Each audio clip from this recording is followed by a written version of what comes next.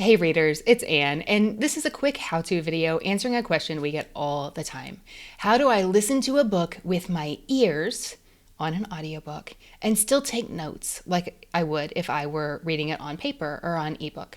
I'm going to show you how today. The way you do that is with the bookmarks feature. Now, when I listen to my audiobooks, I listen to 80, maybe 90% of them on the Libro FM app. You can do this on Audible as well. I don't like the feature quite as much, although it's possible that's just because I'm not as familiar with it, but you can do it. Let me show you how it works. And I'm going to do this using my current listen, which I haven't finished this book yet. I don't know if I'm going to end up liking it. So this is a real life, real time example of what I'm listening to. So this is the Libro app. My current audiobook is Olive by Emma Gannon. It's narrated by Sean Clifford.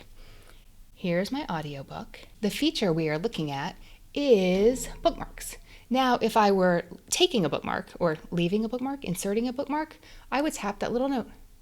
Right there, bookmark. And I get to leave a little message to myself that says, quote about life or character backstory. I don't take a ton of bookmarks, but that's just an example of how you could do it. Now, what happened here? Let's type this test. That's what we'll call it. Test. Do you see I typed it in there? And we're going to hit save. Now, when we want to listen to our bookmarks, this is what we do. We go to the bottom and we reverse. We tap that right there. Now, you get two options. You get your tracks and you get your bookmarks next to it. So I'm going to toggle the bookmarks and you can see the ones that I added earlier.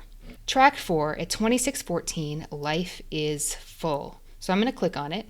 And then when I do, it's going to take me directly to the place where I left the bookmark earlier when I was on a run listening to this book. And I've gone to the exact spot in the book. So then I can just hit play. Long time. You girls have a long special friendship. And it takes me to that point. Thank you. I just feel like things are weird at the moment. You must move with the tides. Life is full of pushes and pulls. You must move with the tides. Life is full of pushes and pulls. That's the bit I wanted. I liked the way the author put it, and I didn't know if it was going to be important later. That is how to do bookmarks in Libro FM. Now, here's how to do it in Audible. This is my book, To the Bright Edge of the World by Eowyn Ivey, which I've barely started. You can tell me what you think of it in the comments. But there's my book. And we are looking for the clip feature in the corner right there. So if we're listening to the audiobook, I don't have much choice. I never had children of my clip, own, and it says your clip and bookmark have been saved. If we want to add a note, you just click Add Note.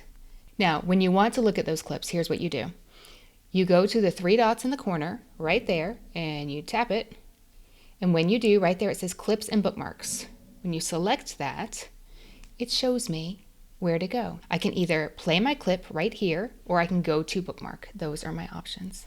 When I'm driving, I wait for a stoplight and then I take a very imprecise bookmark and say something like at the stoplight, flip back for that story about synchronicity. I'm specifically thinking about the Bruce Springsteen story about how some bands are just really listenable that I listen to while driving, and I wish I had the transcript, but I didn't know how to use the clips and bookmarks features at the time. So poor me, I'm glad I know now, and I hope this helps you today. But next time you're driving or on a run or washing the dishes and you think, oh, I wish I could jot that down, now you can using these features. Now, what I do is typically I wait until I finish the book and then I sit down and I put in my earbuds and I usually, because I'm a big nerd, I usually transcribe the quotes I wanted from the book into my book journal in my books I've read this year log. Now, my way to do it isn't necessarily the right way. There's no such thing in the reading life, but I hope it gets you thinking about how you may use this to make your own audiobook experience a little bit better, especially if you want quotes for your journal or when you're writing a review or when you just want to tell a friend, something like that. Readers, I hope this has been helpful. Happy reading, and I think we should say happy listening.